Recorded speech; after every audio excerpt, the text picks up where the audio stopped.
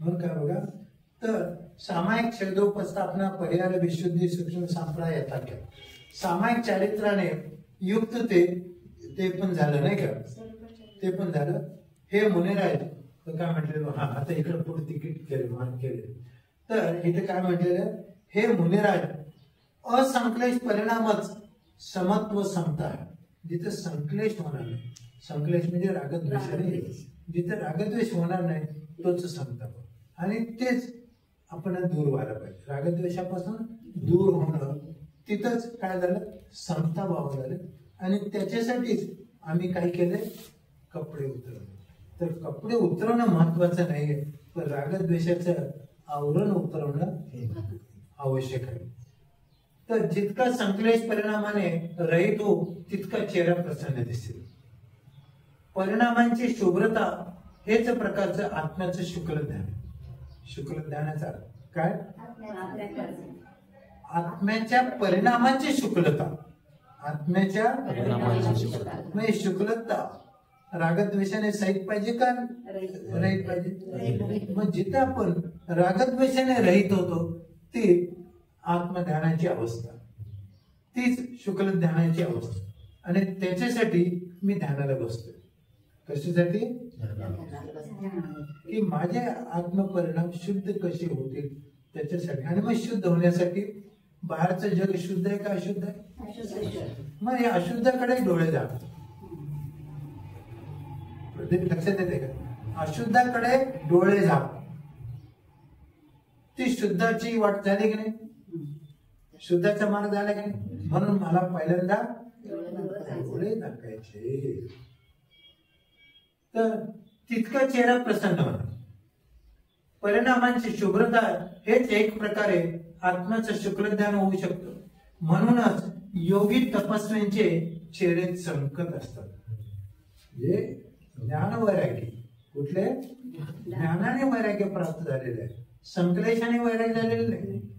घरात काहीतरी भांडण झालं, चाललो मी म्हणे दीक्षा घ्यायला, कळले की नाही. तर आत्म्याचे शुक्लध्यानाने म्हणून चेहरे कधी तपस चमकतात, ज्ञान वैराग्य झालं असेल. ज्यांचे चारित्र्य निर्मल त्यांचं चित्त म्हणजे मन निर्मल होतं. मोक्ष मार्गामध्ये कोणतीही संक्लेश अवस्था नाही, रडकी अवस्था तर नाहीच नाही, फक्त फक्त समताभाव. काय समताभाव म्हणजे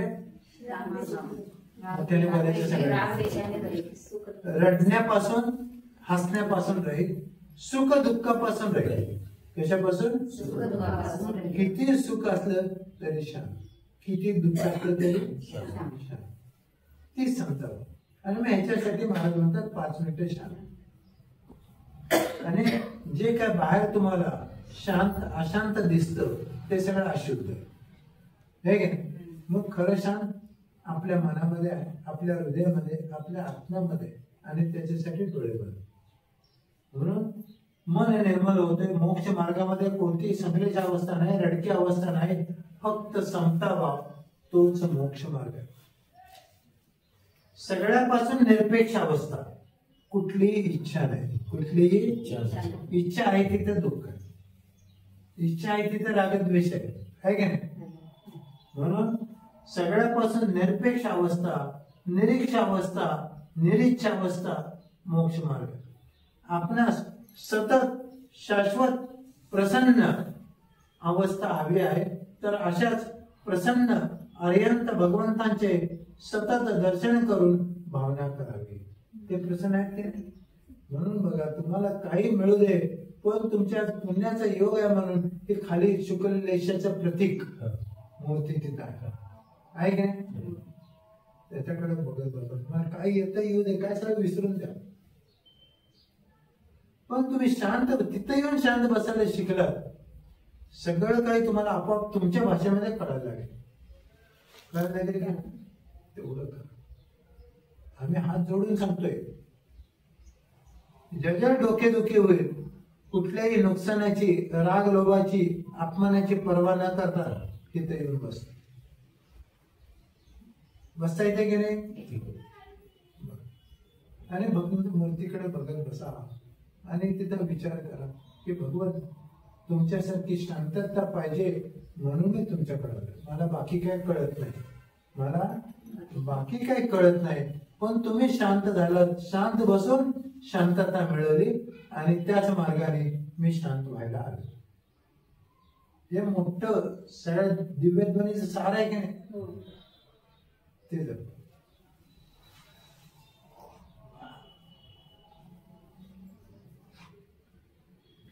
आणि काय त्यासाठीच आपल्यासारखाच निर्मळ पुरुषार्थ माझ्याकडून हो, तुमच्यासारखा शांत बसण्याचा पुरुषार्थ माझ्याकडून हो. हे तिथे एकदा मोठ्याने म्हणा, मनातल्या मनात म्हणा, कोणी ऐकू जर पण दुसऱ्याची पर्वा नाही करायची. मला वाटेल की मी करणार. अव्रती म्हणजे जो व्रत घेतलेला नाही किंवा व्रत घेत नाही तर अव्रती म्हटलेलं. अव्रती तो पण सम्यक दृष्टी असू शकतो. अव्रती सम्यक दृष्टी जीव जितक्या प्रमाणात समता भावामध्ये जगतो, दुःखापासून सुखापासून समता भावामध्ये राहतो, है की नाही, जगतो, तितक्या प्रमाणात समता भावामध्ये त्याची वृद्धी होऊन महाव्रतीमध्ये तो परिणत होतो. तुम्हाला आजपर्यंत कुठलं व्रत नाही, नियम नाही, पण ज्या वेळेला तुम्ही समता भावामध्ये बसताय की मला आता जे डोळ्याने दिसतंय ते दुःख आहेच आणि डोळ्याने जे सुख दिसतंय ते पण दुःखालाच कारण आहे, ते पण ईर्ष्येलाच कारण आहे की नाही. डोळ्याने जे सुख दिसतंय ते पण ईर्ष्येला कारण आहे का, पण जे डोळ्याला दिसत नाही अशी ती शांत अवस्था, माझ्या मनाची शांत अवस्था ती दुसऱ्याला दिसणार आहे का, तर ती अवस्था माझी शांत अवस्था आहे आणि ती मला प्राप्त करायची. म्हणून काय म्हटलं, तसा पुरुषार्थ माझ्याकडून हो. आणि असं जर तुम्ही केलात तर मग व्रत करण्याचे भाव होतात. मग तिथंच तुम्ही व्रत करू शकता की भगवान मला दररोज 5 मिनिटं तुमच्या समोर येऊन बसण्याचं व्रत घ्यायची भावना होती. काय म्हटलं, पूर्ण मी म्हटलं ते पूर्ण सांगा. तुमच्यासारखं शांत बसून मला व्रत घेण्याची भावना होती. 5 मिनिटं हे तुम्ही विसरताय. महत्वाचा मोजके शब्द लक्षात घ्या. हे प्रभू, हे भगवान, तुमच्या समोर बसून मी कधीतरी 5 मिनिटं तुमच्या समोर येऊन बसण्याचा नियम घे.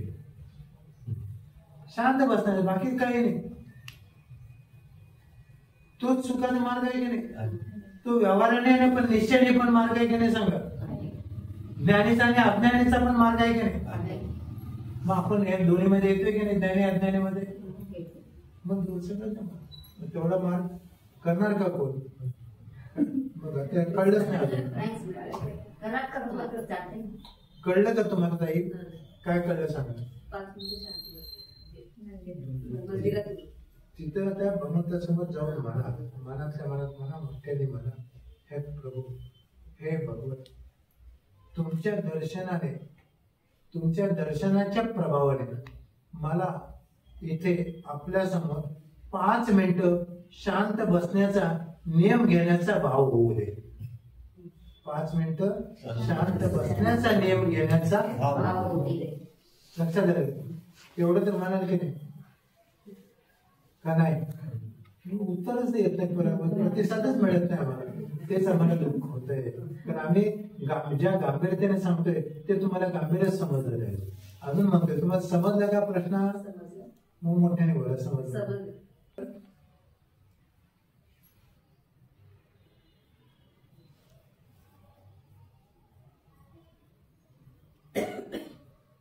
म्हणजे असं जर तुम्ही शांत झालात तर तुमचे महाव्रतीमध्ये तुमचं व्रत परिणामान होईल किंवा व्रत घेण्याचे भाव होतील. या महाव्रतीचा जो समता भाव आहे, ती समता अवस्थाच भविष्यामध्ये अत्यंत सिद्ध रूपाने प्रकट होणार आहे. जे आता अव्यक्त रूपाने आहे ती व्यक्त रूपाने.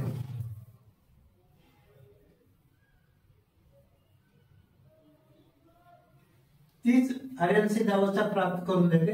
हाच कारण समयसार आहे. हाच कारण काय समयसार आहे? कारण म्हणजे खरं कारण म्हणजे समयसार म्हणजे आत्म्याचा समय साररूप वेळ जाणं आहे की नाही. ते कारण काय की तुम्ही शांत बसणं म्हणजे समता भावामध्ये बसणं साधनभूत आहे. आचार्य भगवान सर्व श्रमणांना उद्देशून संदेश देत आहेत की काय क्लेश तप जरूर करा. काय आम्हाला सांगितलं, उन्हात राहा, पावसात राहा, काय क्लेश शरीराला त्रास देण्याचे तप जरूर करा, पण ते करता करता संक्लेशित होऊ नका, रागद्वेष होऊ नका. सर्व श्रावकांनाही सांगत आहेत, कोणी काही हिसकावून नेत असेल, कोणी काही हातातून हिसकावून नेत असेल, ओरबडून नेत असेल, त्याला सांगा बाबा तुला काय पाहिजे ते घेऊन जा. श्रावकांना कोणी काही हिसकावून नेत असेल, ओरबडून नेत असेल, बाबा शांततेने सांगा तुला काय पाहिजे ते घेऊन जा. नीट ऐका बरं का. परंतु इतक्या शांततेने घेऊन जा की माझे परिणाम बिघडणार नाही. तुला काय पाहिजे ते घेऊन जा, पण मला ते कळू पण देऊ नकोस. मला ते इतक्या शांततेने घेऊन जा की माझे शांत परिणाम बिघडणार नाही. कारण माझा विश्वास आहे की जे धन प्राप्त झालं आहे ते सर्व पूर्वीच्या विशुद्ध भावानेच प्राप्त झाले. तुम्हाला जे काही मिळाले ते विशुद्ध म्हणजे शुद्ध भावानेच मिळाले, म्हणजे अर्थात पुण्याने मिळाले. तुम्हाला जे काही मिळाले ते चांगल्या तुमच्या पुरुषार्थानेच म्हणजे विशुद्ध भावानेच मिळालेलं. किंवा विशुद्ध भावानेच प्राप्त झाले. ते विशुद्ध भाव टिकून राहिले तर मला सर्व प्रकारची अनुकूलता टिकून राहील आणि आता जे काही गेले ते पण मिळेल. हे घे. आणि माझा आत्मा ही स्वयंभू. आत्मा कसा आहे? स्वयंभू म्हणजे काय? स्वयंभू याचा अर्थ आत्म्याला जे काही पाहिजे आहे ते स्वतःकडनंच प्राप्त करणारा. जे काही पाहिजे आहे ते स्वतःकडून प्राप्त करणारा तो स्वयंभू. तुमच्या घरामध्ये सगळी काही सुबत्ता आहे तर तुम्ही हात पसरत जाल का दुसरीकडे? मला काय करा, मला पाहिजे ते सगळं आहे ते करा, हे तुमचं खरं समज. तसं तुम्ही आत्म्याला स्वयंभू कधी व्हाल की आत्म्याचा स्वभाव तुम्हाला कळला की पराकडे मागणं नाही, हात पसरणं नाही, पराकडे डोळे उघडणं पण नाही, पराकडे बोलणं पण नाही. तो स्वयंभू बसतात. त्यांना काहीतरी पाहिजे असले तरी शांत आहेत आणि नको असले तरी शांत आहेत. म्हणजे जिथे ते इच्छेचं शमन करतात है की नाही, आणि कालांतराने इच्छेचा क्षय पण करतात. कसं की मी निरीच्छ स्वरूपी आहे. कसं आहे? हे परिणाम तुमच्या आत्म्यावर झालं तर मग तिथे इच्छेचा क्षय झाला का नाही. म्हणून मला काय म्हणायचं, शमन करण्यापूर्वी मला क्षय करता येईल का ते पहा. नसेल तर मग शमन, क्षयिक भावाला प्राधान्य करा आणि नंतर मग शमन हे घे. उपशमन, क्षावशमन. तर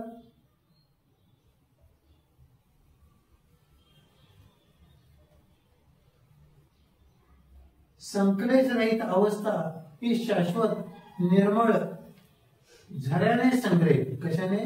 निर्मळ झऱ्याने येणारी शांतता. निर्मळ झऱ्याने संग्रहित पाण्याने तृप्त झालेली विहीर आहे. झऱ्याचं पाणी ज्या विहिरीत पडतं ते पाणी आणि तुमचं पाटाने आलेलं पाणी, कुठलं पाणी गोड लागेल? झऱ्याने. त्याच्यामध्ये जी ताकद आहे ती पाटाने आलेल्या पाण्यामध्ये नाही का? जी झऱ्यातून येते पाणी त्या अनेक प्रकारच्या वनस्पतीच्या मुळातून झरझरत येते, म्हणून त्याला झरा म्हटलेलं आहे. आणि ते म्हणून आम्हाला मुलीने सांगितलं ऐन वेळेला पाणी जर नाही मिळालं तर ते झऱ्यातून पाणी घ्यायला मला सांगितलं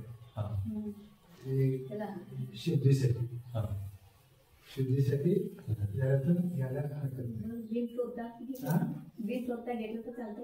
हो तात्पुरतं आता 2 नंबरला जायचे. तिथं कोण नाही, कुठे शोधणार आणि कुठे हे करणार. आम्ही शोधू शकतो का? शोधणं पण आमचं काम नाही. आमच्याकडे खतो कुठे आहे. पण ते सुद्धा सांगितलेलं बरोबर. म्हणजे ते शोधण्याचा उल्लेख तिथं नाहीये, पण हे काही प्रसंगी ते घराचं घेऊ शकतो असं काहीतरी मी वाचलेलं आहे. तर शाश्वत निर्मळ झऱ्याने संग्रहित पाण्याने तृप्त झालेली विहीर आहे. त्यातले किती पाणी उपसले तरी आत्मरूपी निर्मलता कधीही आटत नाही.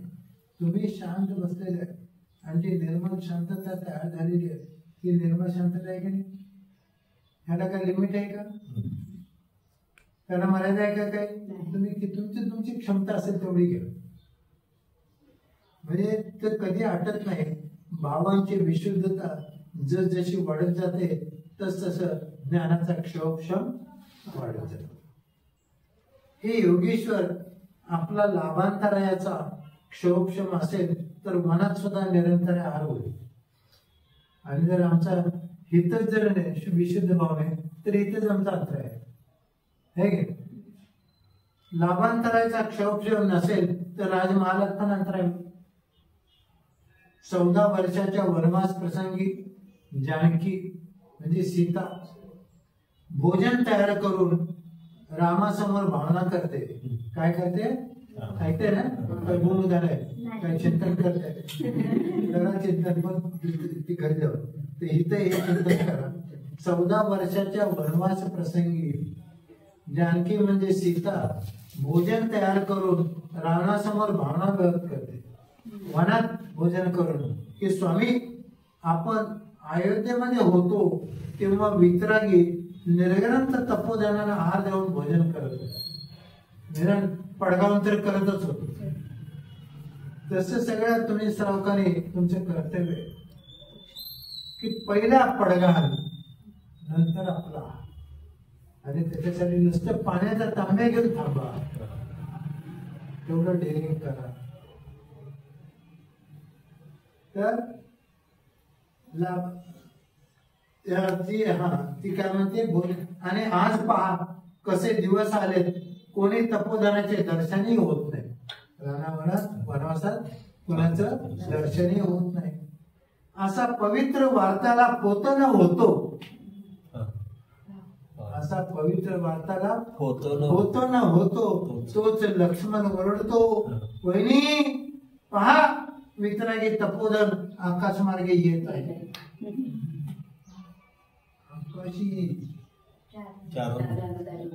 आकाशमार्गे चरण वृद्धिदारे मुनी अवतरत आहेत. शुभ निरपेक्ष चिंतन करा अनुभव घ्या.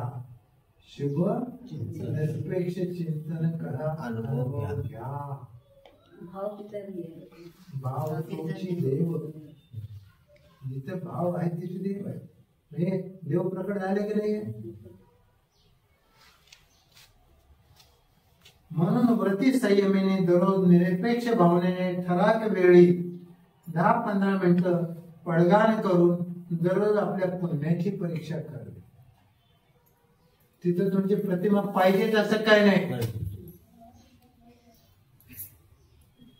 पण भाव ठेवा आणि बाहेर भावना करायची.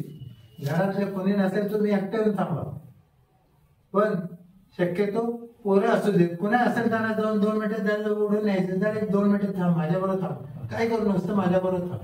आणि तुम्ही आकाशाकडे बघून हात जोडून म्हणायचे हे प्रभू हे भगवान मला आज आहारदानाचा लाभ.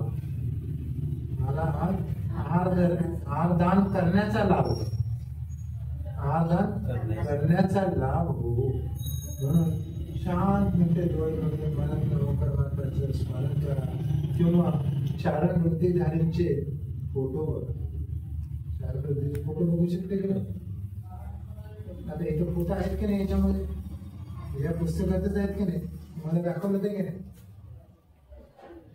या पुस्तकात नाही का. ते बघा फोटो. हे सुद्धा बघा, फोटो बघा, मनातलं दृश्य बघा, आणि सतत बघून झोपा. त्याचा प्रत्यय येतो की नाही बघा. तर 4:45 झाले बरोबर, आणि तिथे पण पान संपलेलं आहे. वाचा म्हटलं तर वाचतो, थांबा म्हटलं थांबतो. आपले परिणाम व्यवस्थित केले. आपले थांबतोय कशासाठी? मी वाक्य उच्चारण्यासाठी. आपले परिणाम व्यवस्थित केले तर आपली अनुकूलता आपल्या पाठीमागे लागते. म्हणून काय, आपले परिणाम व्यवस्थित पाहिजे, म्हणजे अनुकूलता नाही का नाही, तिथं आपोआप तयार होते. दिगंबर योगी कधी उपाशी राहू शकत नाही. काय मला शब्द लक्षात घ्या. दिगंबर योगी कधी उपाशी राहू शकत नाही. अर्थ लक्षात आला का? काय आला लक्षात? म्हणजे त्यांनी आत्मध्यानामध्ये जातात, ते त्यांचा आहार. तेच दिगंबर. नुसते कपडे काढलेले दिगंबर नाहीत, जे खरे दिगंबर झालेले आहेत. कळलं की नाही? म्हणजे अंतर्बाह्य परिग्रह, ते कधी उपाशी राहू शकत नाही, पण हे राहू शकतात. कारण यांचा परिग्रह खूप आहे. अजून बाहेर पण दिसतोच आहे आणि आत पण आहे. तर एक एक शब्दातून आपण बोध घ्यायचे लक्षात. दिगंबर योगी कधी उपाशी राहू शकत नाही, इतकं योगीचं पुण्य प्रबल असतं.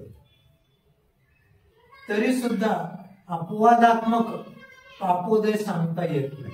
पापोदय किती पवित्र पापोदय सांगता येतो का?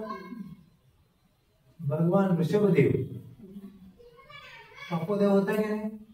13 महिने आहार नाही मिळाला. किती? 13.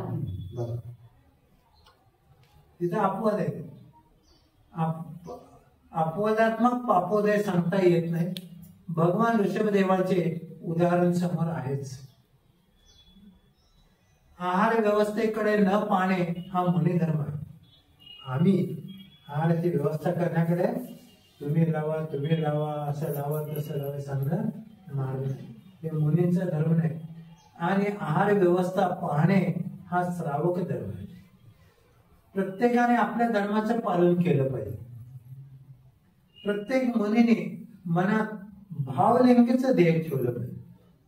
नुसतं वरकरणी नेकेड होणं हे द्रव्यलिंग, पण भावनेने लिंग नेकेड होणं, निर्गत होणं हे भावलिंग. म्हणून प्रत्येक मुनीने मनात भावलिंगीचं ध्येय ठेवलं पाहिजे.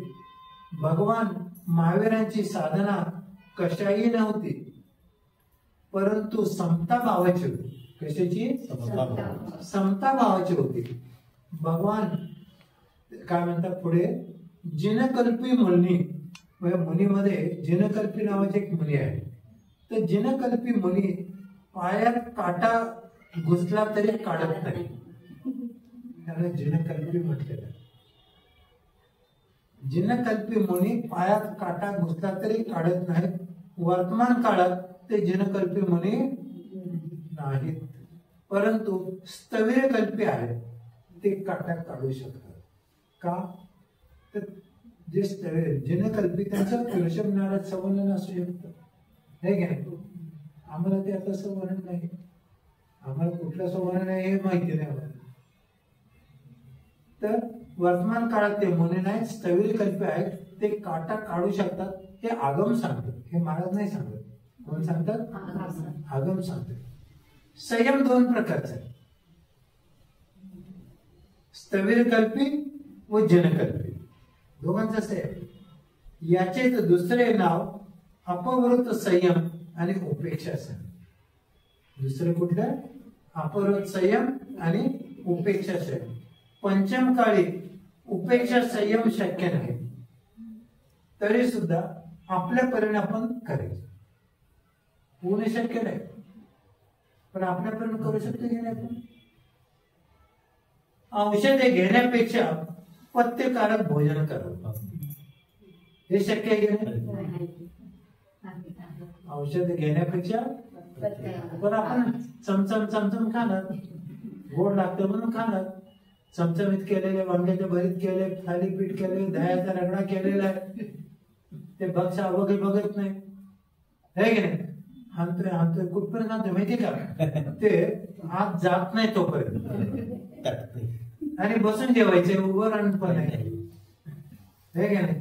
आणि मग नंतर काय होते, त्याचं त्याला कळत नाही की भूक किती आहे, आणि मग तिथं अपचन चालू, तिथं ढेकर चालू, ढकाळ चालू, हे की नाही? आणि मग काय होते, तेच मग गॅसमध्ये उत्पन्न, तिथं पचनशक्तीवर ताण, आणि पचनशक्तीवर ताण येतो, तुमच्या रक्तवाहिनीवर ताण येतो, हे की नाही? आणि मग तिथं अटॅक पाहिजे असेल तर सोपं आहे एकदम, है की नाही? आणि त्याच्याचमुळे आज फॅट वाढत चाललेलं आहे, वजन वाढत चाललेलं आहे. का? पचनशक्ती कमी पडते. पचनशक्ती काम कमी पडते, खाणं आहे पण विहार नाही, आणि निहार पण त्या प्रमाणात नाही. निहार पण तेवढा पाहिजे. निहार जेवढा असेल तेवढं तुमचं पोट साफ झालं, पण निहार नाही होत, मग तिथे गॅसेस चालू, रोग चालू. काय म्हणलेलं आहे? तर संयम दोन प्रकारचा आहे. तर पथ्यकारक भोजन करावं, संकलेश न होता शक्तीप्रमाणे योग्य तीच साधना आवश्यक आहे.